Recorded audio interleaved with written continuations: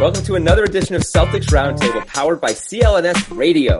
I'm Jonathan Levy. I'm joined by David Davis, Matthew Ignall, and Jonathan Ignall. That's the brothers Ignall for you fans out there. We are about to talk about the Celtics. They are down 2-1. There is hope. There is light, perhaps at the end of the tunnel. Or is there? What's it going to take for the Celtics to not just get one or two wins, but actually climb all the way out of this hole that they're in and win this series? I put it to the roundtable right now. Jonathan Ignall, I'm starting with you. What do they got to do? So now that Rondo's not going to play in the series, here's what the Celtics need to do. They can't have sloppy turnovers because that doomed them in the first two games. And they don't need to win the battle of the boards, but they need to compete. If they do those two things and stop the bench of the Bulls from getting easy open looks and gaining momentum, the Celtics should be fine. Matt, you agree with me?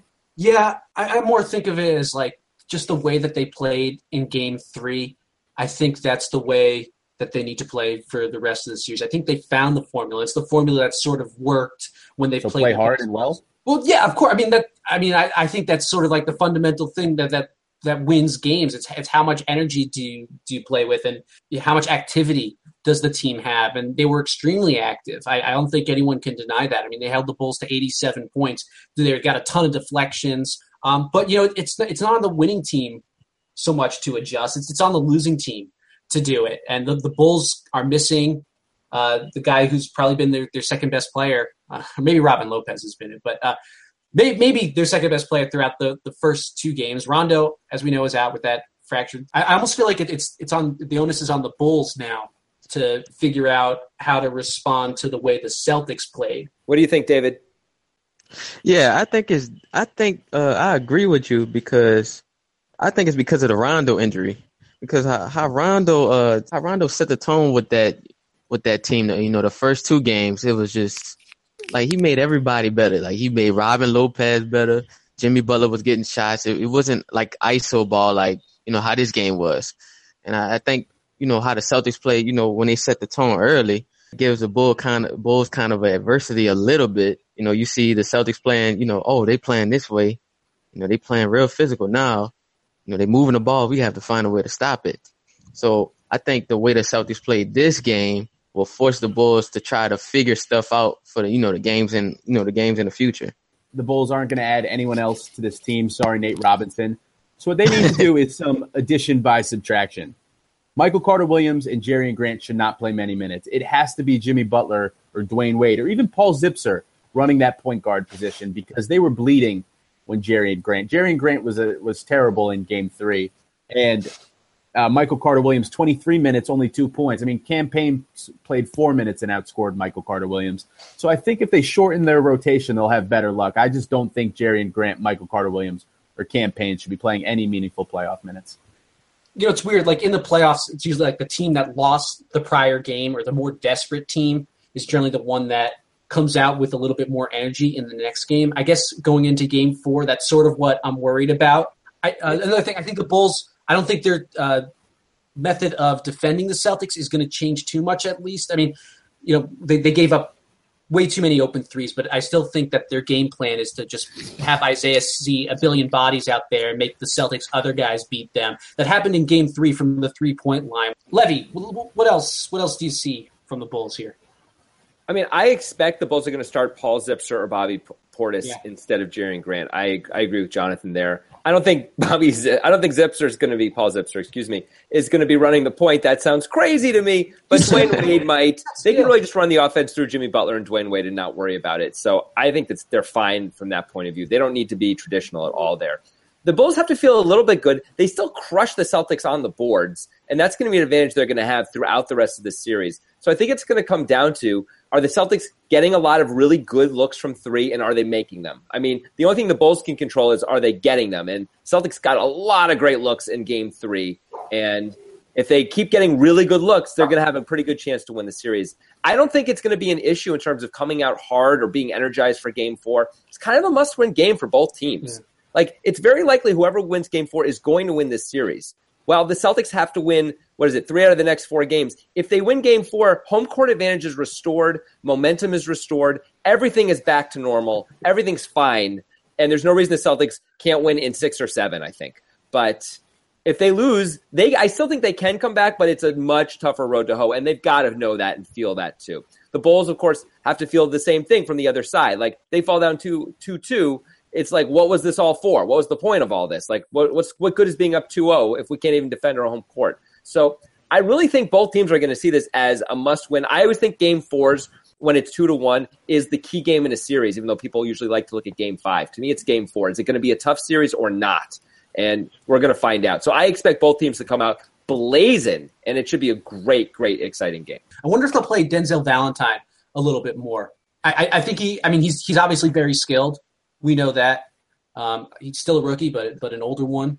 Yeah, I think a big thing that the Celtics need to do, I think Michael Shrewsbury touched on it at the halftime interview, is just trust each other, play the right way, and don't let the moment get – yeah, right? Isaiah Thomas is going to get so much pressure that they need to trust each other and swing the ball. And when they swing the ball, they need a guy to cut. And I think we saw a great job in Game 3 of Jay Crowder cutting to the rim, Jonas Jerebko cutting. Like, I felt like in the first two games, when Isaiah got doubled, everyone expected him to either split or hit a ridiculous three, and everyone, as a result, stood around. Like, they can't stand around this game. What do you think inspired the Celtics to trust each other more in Game 3? Was it really that KG message? Was it the fact that they just needed to? I mean, how are they going to continue that into Game 4, David?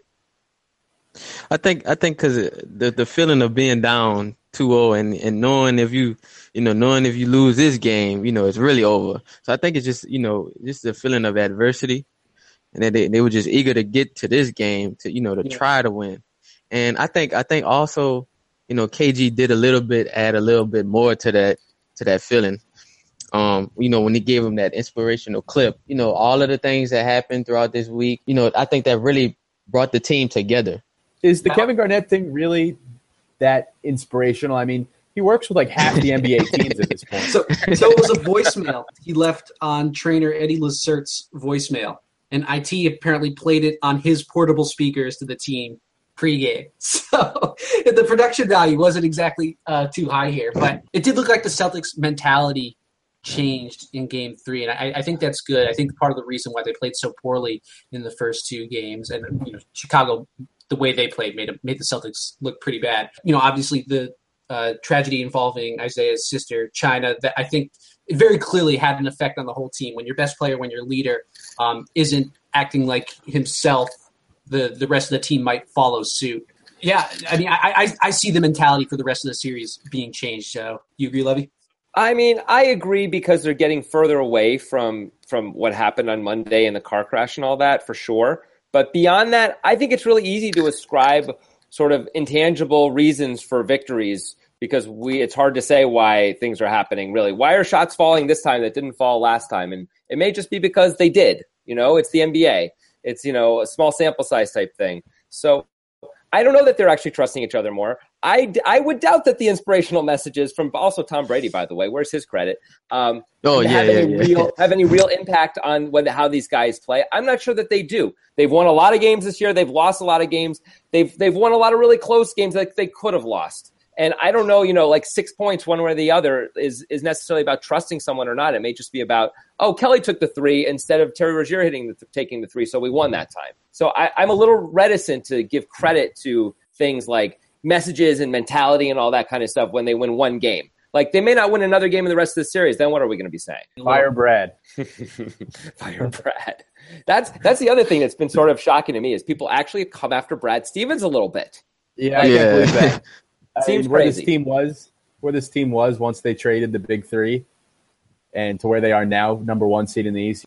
Any other keys, at least on the Celtics side, for the rest of the series? I'm talking more like schematically or... I think one thing we're probably going to see, I know Gerald Green played 20 minutes and Olynyk and Jerebko played a combined 24 minutes and Amir Johnson played 6 minutes. But I got to believe Brad Stevens is going to play more big men more of the time because the Celtics got crushed on the boards in this win too. They got crushed on the boards by 15. It was 52-37. It is really hard to win games if you get out-rebounded by 15. You're not always going to shoot 20% better from three than your opponents. So I just got to believe Kelly Olynyk, Amir Johnson, maybe even Jonas are going to play more than guys like Gerald Green. Gerald Green may still get the start, but I'd be surprised if he plays even 20 minutes. I expect him to play more like 12 minutes in the next game. What about Terry Rozier, who's a really good rebounder for his position? Like he's a good rebounder for his position, but he's not a good rebounder for just an NBA player, right? He's a good rebounder for a point guard. Like they need a guy like Kelly Olynyk who gets a rebound every 4 minutes, I think. Like someone to just stop Robin Lopez from just feasting. I mean, I don't think Kelly Olynyk's the guy to do that. I think fair enough. Terry Rozier's more likely to win a rebounding battle with Robin Lopez than Kelly Olynyk. That's sad that you say that. Kelly's more likely to pop his elbow out. Hey, whatever works. Karate Kelly. I think that's what led to the Rondo's thumb being injured. Yeah, do we have video on Kelly Olynyk violently breaking Rondo's thumb? I haven't seen video. I've just heard something about it, but I haven't seen any video yet. Yeah, and also I found a crazy stat from Game 3. So this is from Brian Robb on the Celtics Hub. It says the Celtics with IT on the floor, 90.6 offensive rating. With the Celtics without IT on the floor, 154.9 offensive rating. Well, that screams fluke to me. Yeah, it sounds like a small sample size type of an issue there. That sounds crazy. I mean, when Isaiah was off, the Bulls' best players were off, and the Bulls' bench is terrible. Was terrible. Yeah, I guess that's how probably a lot of it. How about that Rozier Smart pairing? I mean, I'm glad it worked once, but I am not confident. I'm just not confident. I really worry about just a lot of bad threes being taken. And I'm going to channel my inner Zaire here a little bit and say, like, I need guys who can score at least a little bit or not shoot. And it seems like those guys shoot too much for their ability right now. At least, like, if Smart was only taking, shots in the paint and driving to the hoop, I'd feel fine with it. But he's not. He just takes a lot of threes still, and often contested ones when he doesn't have to. And so, I mean, I love having the guy out on the floor. Don't get me wrong. I prefer him over Terry. I think he should be a part of the Celtics going forward, too, a part of their nucleus.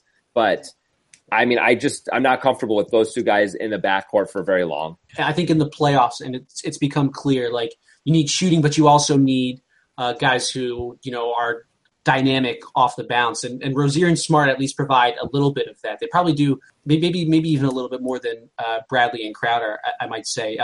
But they don't provide the shooting. Terry Rozier is obviously playing above his head, but we know he can reach this level. We know there's like a good player buried somewhere deep inside of Terry Rozier. He's just got to believe in himself like he believes in himself during Summer League. Thanks for listening to this edition of the Celtics Roundtable. For Matthew Ignall, Jonathan Ignall, and David Davis, I'm Jonathan Levy. We're all going to be watching with great curiosity on Sunday, Game 4, rooting for the C's, hoping we come back 2-2. We're going to be doing more podcasts about these playoffs, so look for them. Look for them right away. In fact, almost certainly going to be one out on Monday. See you then.